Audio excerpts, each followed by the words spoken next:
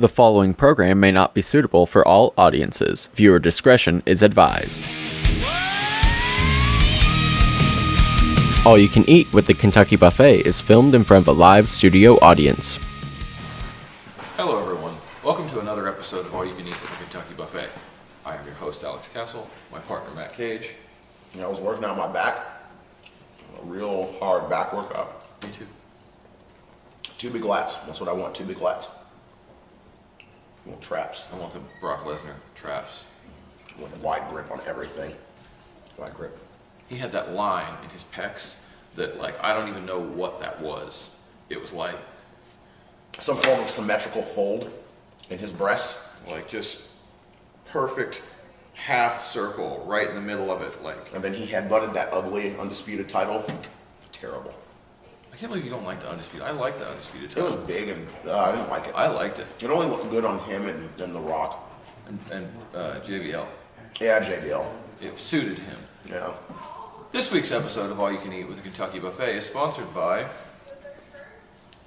salt.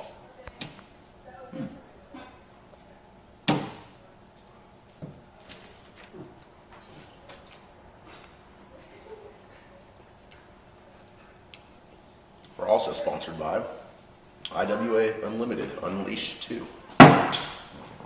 You can purchase it right now. You hear me? Right now. Yeah, we were sponsored by this last week also, but it's new and you didn't need to buy it, so we're sponsored by it again. So I beat him get that the month before, and then he beat me there. way to spoil it. Nobody's gonna watch it now. Nobody's gonna buy it. Well, clearly they know, because if they're following the IWA Unlimited product, they know that you put your career on the line, and then you're still here. We are also sponsored by Bret the Hitman Hart, my real life in the cartoon world of professional wrestling. I had to read off the side of that, even though I could have read off of the back of that. And I own the book, as you can see. You know, it's funny. This book, gone through hell and back. Like a piece of shit, if you will, stole this book from me. And then you know what? I don't have to explain. We'll just go ahead and cue up the footage. No, this was not the deal at all. I'm done with this conversation. I'm done with this conversation. I know that there's no hope. I'm sure that you did not speak to any lawyer. I'm sure that there's no lawyer that said, so wait a minute, you have someone else's book that they paid for, that they spent their hard-earned money on? And walking away. This is ridiculous. This is stupid. I said a week ago. Everybody knows I had it. I said I'm going to give it back to you. Whining about it's not going to make you read it any faster. So I'm done reading it, I'll give it back. Man, I would love to super kick you in the face right now. Having a life and not having... Just don't look at me anymore. Just turn the around. I can't stomach looking at your face anymore. I'm serious. If there was no legal laws that would stop me from stomping your head in right now, I would stomp your head in. I would your world. Oh man, this is so bad. I would curb stomp you, American History X style, numerous times. What? American History X. And I'm the black guy. There is no way that any lawyer said you have someone else's property that they paid for, but it's okay that you have it. My hands. Your lawyer must have went to Dr. Doolittle School of I think the only bar that your lawyer passed was the one that we're in right now. Because you didn't pay for a dime on that book. I did. Because that was a $70 book because I bought it a year in advance before it came out in America. One thing. Secondly, the book was not, like I said, it's not paid by you, and you have the book. And I'm telling you, I'm requesting you to give me my book that I paid for. It's my property. It's my property. I bought it. So you, when I'm telling you I want my book back, and you're like, no, because I'm reading it. It doesn't matter that you're saying no. The motherfucking book is mine. I'm telling you I want my book back. I'm telling you I want my book back. So what lawyer in their right mind, what lawyer in their right mind would say, so wait a minute, you have someone else's book that they paid for, and you want to finish reading it when they want their book, but it's okay.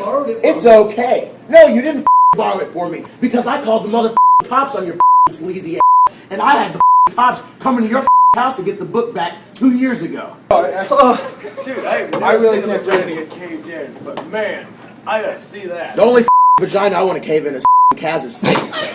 And apparently the mother thinks it's funny because he's still over there with his pedophile-looking grin. Hey Jim, I said innocently. What the hell did you do to Stu's cat? All ears went up. Jim, defensive, said it was Smith who had stuck his finger up the cat's ass, not him. The Cuban paused a beat and said that Stu worshipped Siamese cats, especially Heathcliff. Dynamite added that Stu had once fired a wrestler simply because the guy was cats. If you want to read the book, you can buy it online at Facebook, Formspring, Words with Friends, Xbox Live, PSN. Follow me on Twitter at Proud Caucasian. And this is a travesty. And make sure that you tweet pictures of Layla's ass to me. Wait. And Tumblr. Yeah, because we were like bringing that back, kind of. Like we're using our Tumblrs. Like I just got one, and I'm bringing it back. If you read in here, there's a part, I can't find it, but at some point, Bret Hart talks about how they would all shower together, and Smith Hart would in Bret's mouth and eyes. There's also a part where he buries my trainer. He buries Mr. Hughes. And then there's a part where he talks about how he around on his wife, like that's on every chapter. Every 5 seconds. Oh yeah, and then I went to Japan and I this broad, and then I came home from Japan and I this other broad, and then yeah. And he was on this broad that he was like. Bret Hart was my guy when I was growing up, and then I read this and I was like, man, like he always seemed like such a wholesome dude, a jam up guy, because that was his thing, his jam up guy. Who eated out El Dandy? El Dandy's a jam up guy. Anyway, moving on. So if you follow us on Twitter, like you should, you would have seen that the other day that while I was at the chiropractor, I was tweeting about these old people, and old people befuddle me, and like it's not just this experience of just being in the doctor's office and hearing it, but it's if you're ever around old people, like old people just be talking about their medical problems like real loud, like all the time. And like I don't. Mildred, I broke my hip. Yeah, and this one was like, oh, I've fallen 4 times in the last 3 weeks, and I'm like, man, like, I mean, I know that happens and shit, but when I get to the point in my life where falling in my house is like a legitimate life-threatening concern, I don't want to be alive anymore. Like, because I don't want to, I can't fathom being that. If I'm ever like some form of like old person, like if I get old, just kill me dead, because I don't want to grow up. Old people like, old people be real loud when they sneeze too. Like everybody's grandpa sneezes like some kind of wild animal, right? Like a normal person will just... And they have like their handkerchiefs? Yeah, like a normal person, right? An old person, and like they like suddenly go all metalcore for a second. Little dialogue on handkerchiefs. Little dialogue on handkerchiefs. Oh, just give me the food. I mean, handkerchiefs were real nasty. Like, I can't be blowing my nose in the same rag over and over again. That's like, that's real nasty.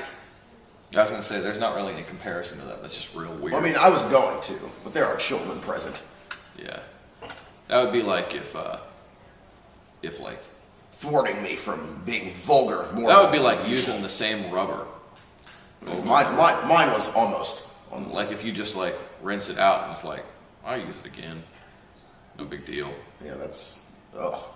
Yeah. That's residue. Bacteria. Terrible. So also if you follow me on Twitter, you see that I was live tweeting about this intervention.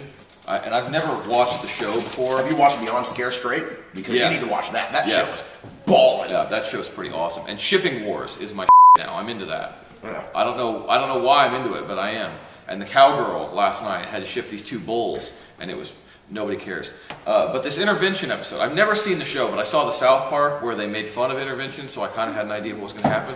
And there was this gay dude, and he was like talking about how his mom was giving him $3,000 a month, and he like didn't have a job, and he was sucking meth for. Yeah, well, he was definitely sucking meth, and he was also sucking.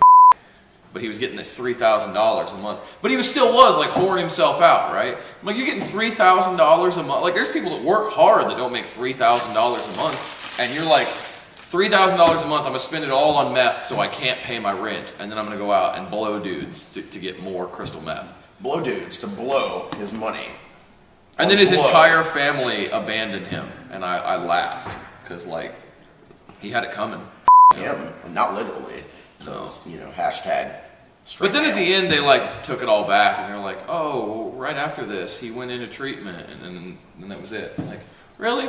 Like Matt Hardy went into treatment. We saw how that worked out for him. Every week, there's some kind of reference to Matt Hardy, and it's going to be one of those things where like we reference like somebody all season, and then they're on the show. Don't hold your breath that Matt Hardy is going to be on the show because it's not. It ain't none. Yeah, it ain't none. But what was this? Maybe one. Oh yeah, I can slice a tomato. I can fry up some cheese. Yeah. When I need some bologna, there ain't no bread here with me. Spam. Matt Hardy's theme song. Spam. Spam. I went to the Spam Museum. That's a real place. It's in Minnesota, I think. Eric Cannon's probably been there. But I've been there. I got a t-shirt and a hat. It's kind of boring. But you'd think it would be kind of cool, but it's not. It's just boring right now is listening to you just ramble on. Okay, well fine. Then I won't talk anymore. We'll go to a video.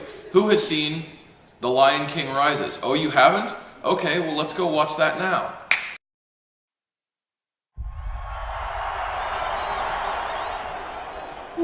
Say, can you see by the dawn's early light? You are as precious to me as you were to your own mother and father. I swore to them that I would protect you, and I haven't. The twilight's last gleam.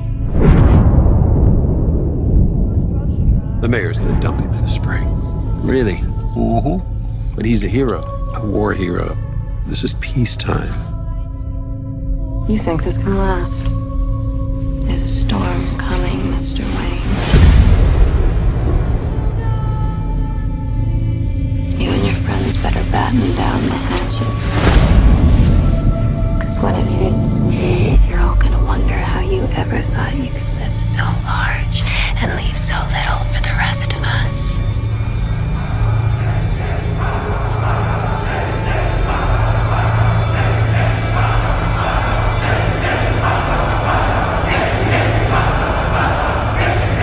What does that mean? Rise.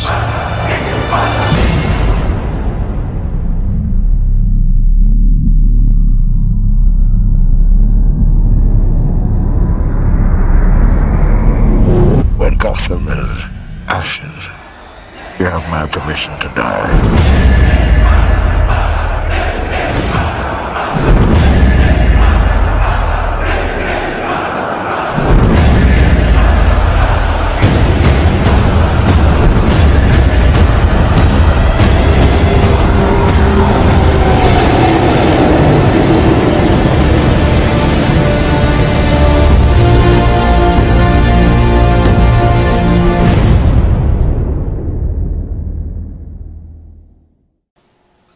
So in the last week, we got several comments and such about the Rachel versus Giada, or Giada versus Rachel.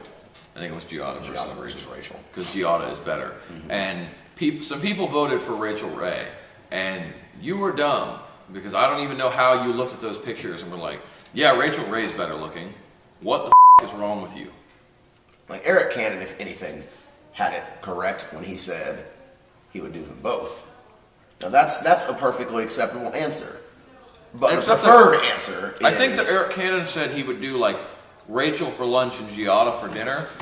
But I feel like it should have been, I mean, unless we're talking like, oh, he's going to take her to lunch and then go pick up Giada and take her home, that I get. But if it's like, if he's going to nail both of them, I would think you'd want to do it in the opposite order, so that like you get the full light on Giada, and then Rachel Ray, it's like still, it's kind of dark, so you don't have to look at, you know, like her weird boobs that come out of her shoulder. Having paid closer attention, I understand what J-Mac meant. Yeah, they're weird. So now I feel that J-Mac's for Giada. Everyone should be for Giada. I would. Well, that's all the time we have for this week's episode of All You Can Eat with the Kentucky Buffet. Until next time, I have been your host, Alex Castle, my partner, Matt Cage, and I was thinking we'd, like, possibly go get colonics, or maybe get our assholes cleansed. We get them bleached? I'm fine with that. Clorox.